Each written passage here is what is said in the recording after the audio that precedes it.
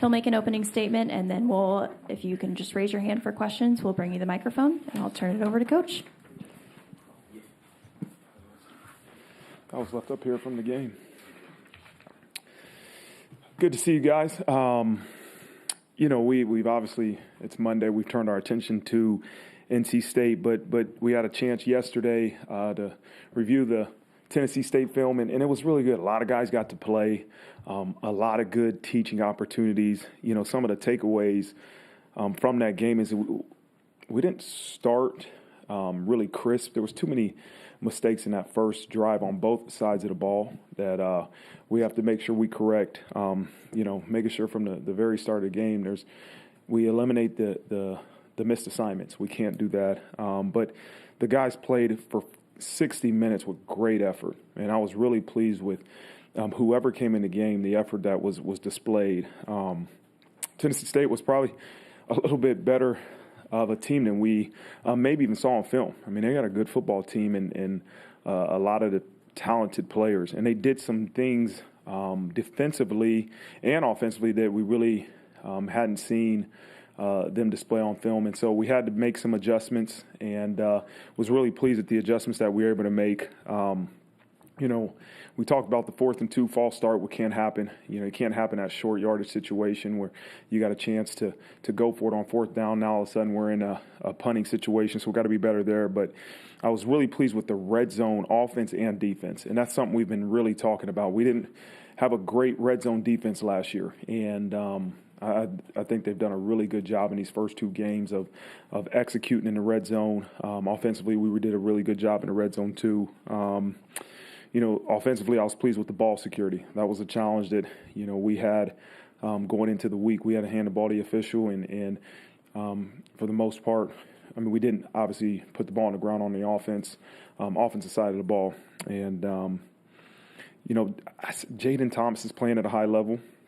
I thought Jaden Thomas really performed pretty well.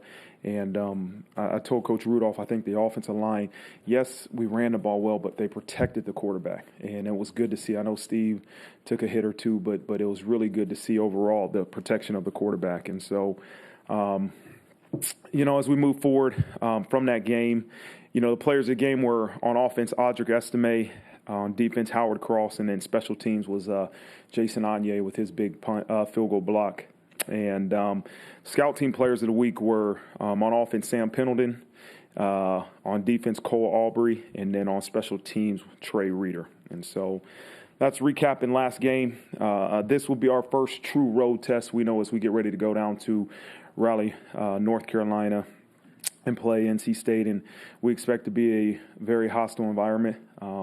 I've only been there one time, and that was as a player in 2004. And I remember as a player, it was a hostile environment and a great environment for college football. So we're looking forward to that. And I think they've won the last 16 out of 17 games at home. And so we know the challenge it will be to go down there and try to get a victory at NC State.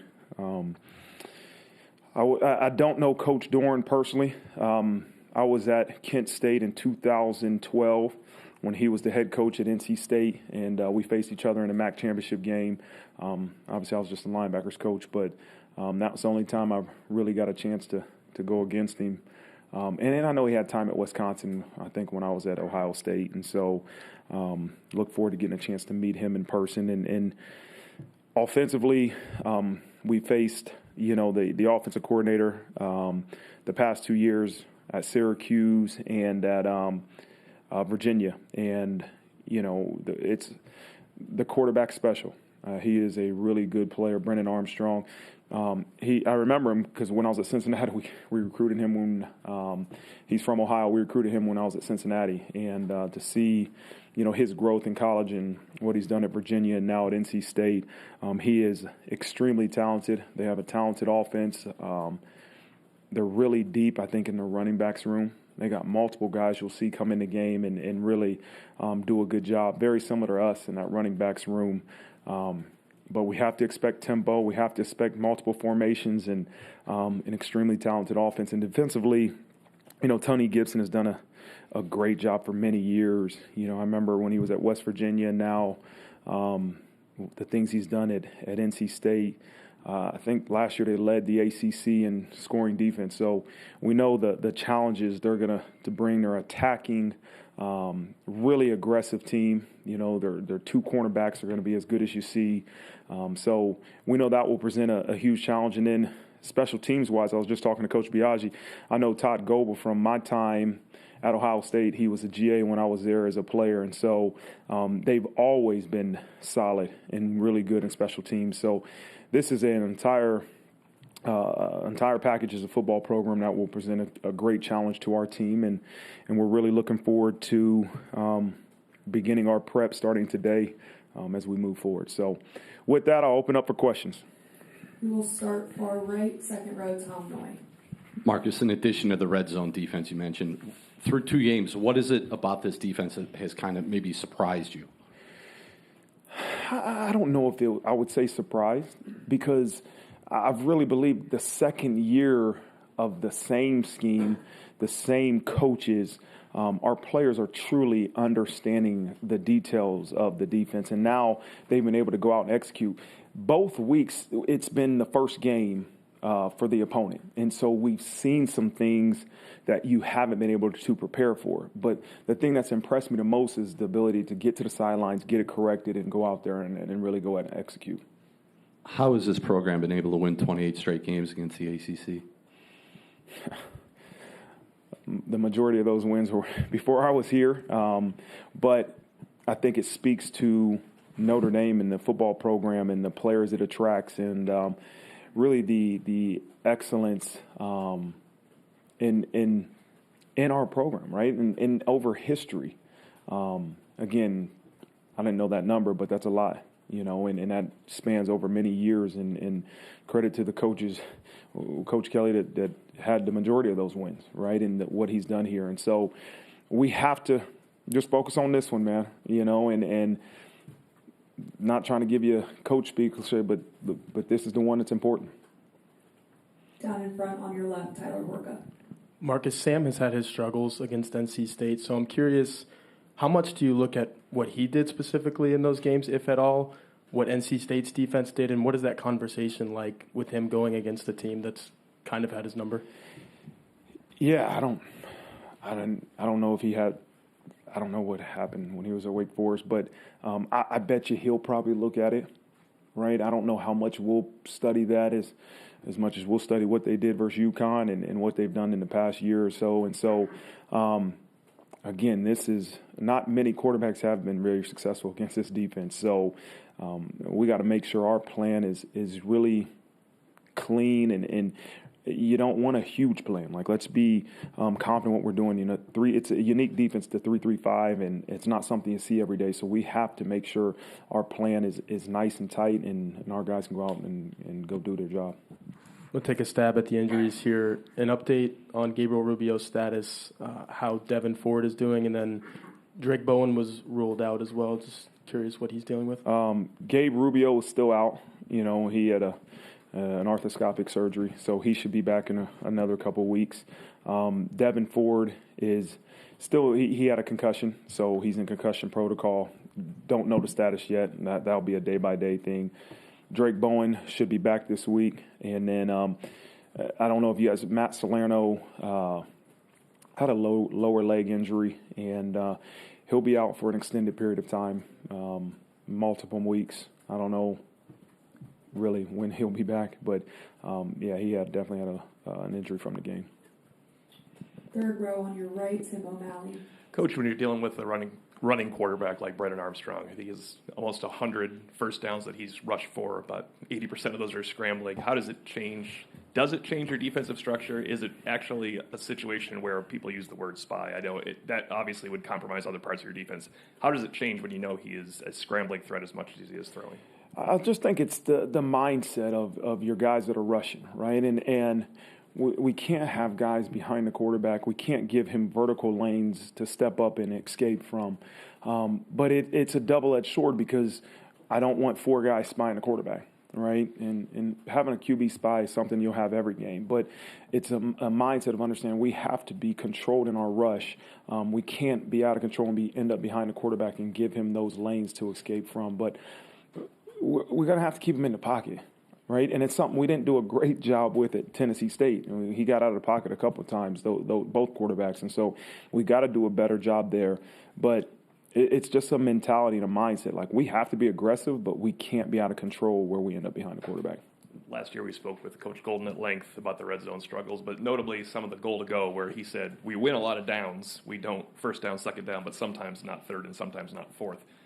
How did you approach that in the offseason or in camp where now your red zone defense is obvious and goal to go defense is improved, but was it intentional? Was there a way of approaching that? Or is it, as you said, just players in the scheme now for second year? No, I think it starts with self-evaluation, right? And you really look at what we did last year in the red zone and where the miscues happen, and then you're able to study some of the best, right? We spent time studying some of those best red zone defenses and seeing if there's something that could fit into our scheme. We made some enhancements. Coach Golden has done a great job. And then the emphasis in practice. Like, you have to practice it. It has to be a mentality. It has to be an understanding that the field shrinks and your matchups have to become really tight, right? There's not a lot of space for zone defense down there. And so all those things come into play, and they've shown in the first two games. Back to your left, Tyler James in the second row. Marcus, you mentioned Howard Cross winning defensive player of the game. What did you think of the defensive tackle group as a whole, sort of stepping up with the absence of Gabe Rubio? I think they did a great job. You know, Howard Cross and Riley Mills both played really well, winning performances. And then Jason Anye probably has played his best overall game since he started playing for us. And so Donnie Heinisch played well, you know. And so I think we're going to need those guys, you know, with the absence of Gabe for another probably week or two. You're going to need those guys continue to perform at a high level. But I think our defense tackles have done a great job. And then Tennessee State allowed you guys to see what your pass rush could do for the first time this season. How would you evaluate the performance of that unit? It was good. It was good. We got to be better. You know, our pass rush comes from so many different people, right? And not just the D-line, but the ability on third down to use some linebackers, Maris Leofold, Jalen Sneed. Even J.D. Bertrand does a little bit of pass rush in our scheme on third down. So they've done a great job. They don't always accumulate to sacks, but our pass rush has been good the first two games. Down in front on the right, John Bryce. Hey, Marcus, your offense has gone, I believe, 9 for 9, scoring touchdowns in its two in the first half of the first two games. What do you attribute that efficiency and that high operation to? There's a lot of different factors, John. Just, one, the game plan, the people, our players understanding exactly what they're supposed to do, why they're doing it, and how to do it. Then that's one thing, is to understand it. Then two, to go out and do it. I wish I can point to one thing, but it's an entire operation, you know, and hopefully it's just win the interval one play at a time, you know, and hopefully when you do that, you're 9 for 9 on scoring drives in the first half of your first two games. And so that's what I got to continue to get them to understand, is that it isn't a 28-game win streak for the ACC. It isn't 9 for 9 on first halves of the first two games. It's just one play, right? One play. Do I do my job on that play? And then we got to go to the next play. And hopefully the result of that is another really good first half. And then following that up, when your offense is that efficient, though, and scoring with that kind of regularity in the first half, what does that do for your defense, for the rest of the team? It's just confidence, man. You know, and I think it's human nature to – you feel a little bit of a sigh of relief, pressure off your shoulders when the offense goes out and scores and defense holds them. And then all of a sudden this lead builds. It's not always going to be like that. And we got to make sure when it's 0-0, it's a tied ball game, we can still go out and execute. But I think it is a pressure relief when you have really good execution on both sides of the ball to start a game. Mm-hmm. We'll go all the way to the back on the camera platform in the middle, Levon Whitaker. Coach, obviously guys like Ramon and Silu have interceptions this season, but has your defensive backs really been tested? Or if not, or if so, how does this NC State QB kind of test you guys, take it to the next level? Yeah, the first game versus Navy, a lot of our corners were over, and then kind of obviously Navy's not a huge passing team. They did throw a couple shots, and then this week finally we got the ball in the air a little bit, and they had some early success. We had a PI by Thomas Harper, and Ben Morrison, I think on that first drive had a pass caught on them. So it's starting to happen. They're going to get tested this week. We understand that, and NC State has some talented wideouts, and they got a lot of speed. They got a freshman that's doing some really good things, I think number 10. And so, again, a lot of people talk about Brennan Armstrong and being able to run the ball. He can throw it too, right? And he's got a good arm on him and just a unique left-handed quarterback, and that's where our back end will be tested this week. Front row, far right, Eric Hansen. Hey, Coach. I'm always confused with this whole targeting thing, but I wanted to follow up. As you looked at the film of Antonio Carter, I mean, do you think that was targeting? If not, what do you tell a player like that? Yeah, it was. Okay. He hit with the crown of his head. He's got to keep his head up and not launch. And so I tell our coaches the same thing as I tell our players. Like, we can complain about it and disagree, but we have to, within the rules of the game, make sure that we're not getting thrown out of the game. So you coach him by saying, don't launch, keep your head up, and the one on Devin Ford is, the explanation I got was it was with the forehead and not the crown of the head. And so those type of plays are, I'm sure they're really hard to call as a referee. But we have to coach, hey, where's the strike zone? Don't launch, and then make sure you're not hitting with the crown of your head. You had mentioned one of the things that you wanted to get out of camp was building depth, and you've certainly been able to flex that in the first couple of games. How confident are you that that is going to be an asset where there's not going to be drop-off, especially like at wide receiver and your front seven and the safeties and so forth? Yeah, I mean, the ability to play so many guys, especially in the first two games, but this past game is going to be tremendous. And I don't know when it's going to be needed, but it will be needed. It's guaranteed. We're gonna have to, over the course of a 12-game season, you're going to have depth, and at multiple different positions.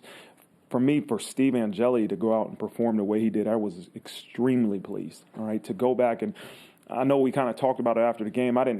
It was hard to have a great feel right after the game, but to go back and watch it and see some of the execution he made in terms of the checks. There was a third down corner pressure on. He checked it to the right out to Jaden Thomas. It was awesome to see him do that, and really some of the balls he threw and a couple hits he took. That's the guy that sticks out in my head. That was, man, you don't know when you're going to need Steve Angeli, but we're going to need him. And Kenny Minchie did a good job in his 5 plays, right? And I said, he's 100% completion right now. And so that's pretty good. But we will need multiple guys throughout this course of the season. And to get them valuable, meaningful reps is so important. Third row on your far left, Pete Bird. Hey, Marcus. I'm going to continue to talk about the depth a little bit. You're getting to the point of the season where sometimes you need to make decisions about whether or not maybe you preserve a year with a guy or not. And I'm wondering, now that we're a few years into this portal age, when you've got young guys that can help you, do you think it necessarily makes as much sense as it used to try and do that when maybe the odds of keeping a guy longer than 4 years isn't as high as it used to be? Yeah, I think we don't make decisions based off, is this guy going to go into the portal if we don't play him?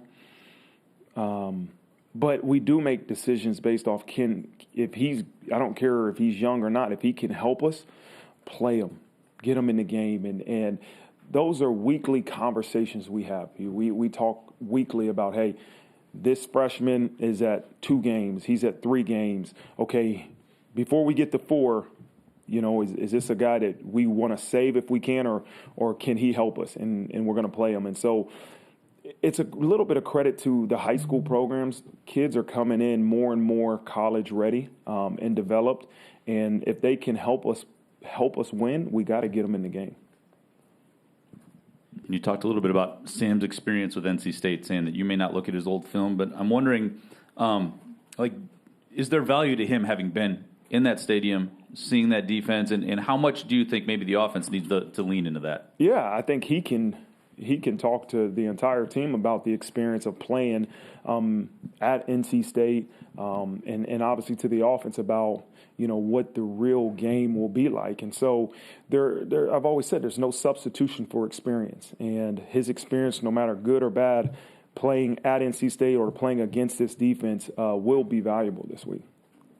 Front row on your right, Pete Sampson. Marcus, when you were scouting for Virginia in 01, and it was Armstrong, but also Robert and I together, what were the tenets of that offense? I know Armstrong ended up not playing, but as you're prepping for, what do Anai and Armstrong do well together that makes them hard to defend? Yeah, I think it's hard to, when a defensive coach we game plan, it just really starts with based off personnel. So what offensive personnel is in the game? What do we want to be in defensively? And they have so many different personnels. They use guys in so many different positions. And that's the thing that's challenging is that, yes, you're going to get tempo. Yes, Brennan Armstrong's extremely talented, but you're getting so many formations out of different personnels and so many different guys coming in the game. And so you have to almost play with a base defense and say, all right, no matter who's where, you're going to play defense according to a picture, not to who's in the game as much as, okay, we got to make sure we see the picture. Don't worry about that's a tight end or a running back or a wide out. What does the picture tell you? And then you game plan that way. And I was interested, just big picture, as you evaluate who you are, what you're good at, where you need to improve at. How is any of that opponent dependent for the first couple of weeks? Because obviously the challenge goes up quite a bit this week. So I was curious if there are things where you're I think we're good in this, but by Saturday night, I'm really going to know. Yeah, I think you start with defensively. You played one game so far against a traditional offense, right? And it took a while. That first quarter of going against Tennessee State of having the Navy defensive hangover. We hadn't played normal defense for about 3 weeks. And so we just got to continue to focus on improvement, and I don't want to say that the wins over Navy and Tennessee State don't mean they do, right?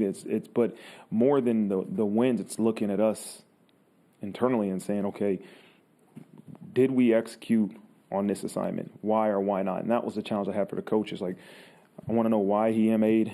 You know what I mean? How many MAs we had, why he MA'd, and what do we have to do to fix it? Not as much as, hey, did we beat Tennessee State or did we beat Navy? But what about us? Our guys, do they know exactly what to do? And if they don't, why did they make a mistake? We have to figure out why and then correct it with urgency. Back to your right, third row, Tim Priester. Marcus, right here. Left.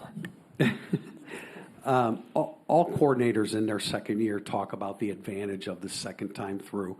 What are some of the nuances, when you of course have been in that situation, but what are some of the nuances that become crystal clear for the guys on the defensive side of the ball?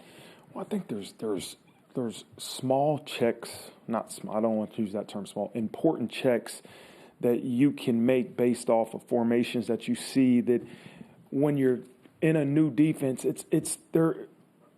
the defense is a big picture thing, right? But within that defensive scheme, and there's small details that it's hard, man, in the course of a game when things are going fast to remember.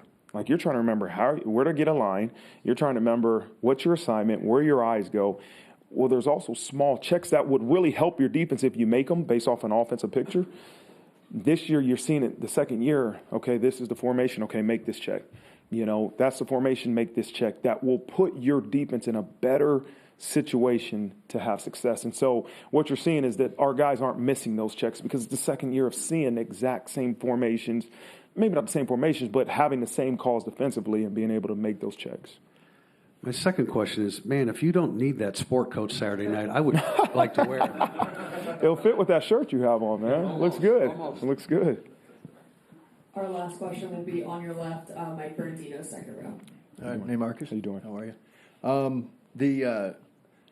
The moment where there were 10 men on the field, I wonder how much quality control on the back end goes into that. Did you figure out what was the breakdown, and how much does that gnaw at a coaching staff, even when everything else seems to go right? That's exactly right. That first drive, I think we had 3 MAs, and then you had one at the play before that. we had MA because there was supposed to be somebody blitzing off the edge. We didn't get the check, and he didn't blitz. And then the next play, they get a first down, and so we're trying to sub, and we got 10 guys on the field. That's on coaching, right? And so the players had MAs and the coaches had MAs that first drive, and that's when I kind of said to coaches after that drive, like, settle down, like, let's get back to what we're supposed to be doing. We can't beat Notre Dame, right? That's always the challenge. Don't beat Notre Dame. Well, 10 guys on the field is beating Notre Dame. Making MAs, like not getting checks or not doing your assignment, that's beating Notre Dame. And so those are the things that when you evaluate, it's not, okay, you beat Tennessee State, you held them to 3 points. It's okay, let's look at this first drive. Why are we having an MA here? Let's correct it and fix it. And that's the challenge that we talked about with you, is that it's not the opponent as much as really looking at yourself and saying, on every single play, did we do our job? All 11. Did you do your job? Yes or no? If you didn't, let's figure out why and get it corrected with a sense of urgency. And then the Ford moment, Devin Ford taking that shot. He was, I guess, in the medical tent for a while, according to the broadcast. Where is that process now of in-game clear to play evaluation of concussion? Are you getting updates? Is Coach McCullough getting updates? And is there ever going to be a possible day where NFL-style independent assessment is realistic on the college level? Because obviously that's a frenzy of activity. Yeah, I don't know the answer to that question, but I will tell you that the number one job of our doctors and trainers are to protect our players. And it's not about winning and losing. It's about protecting the young people. And so that process of Devin Ford is like anyone. And somebody gets hurt, they're out. They're out of the game until the head trainer comes up to me and says he's back or he's not. And so with Devin Ford, they took him in, he was out. They took him into the tent. The next report was to me. Devin Ford is out of the game, goes to special teams coordinator, goes into the position coach. And so that's kind of our communication process. But when a head athletic trainer or team doctor tells me somebody's good to go, I'm 100% confident that that's for the best interest of the kid, and so it's so much more important than winning and losing is protecting our young people. Thank you. Good? Thanks, guys. I kind of pulled it out of, the closet.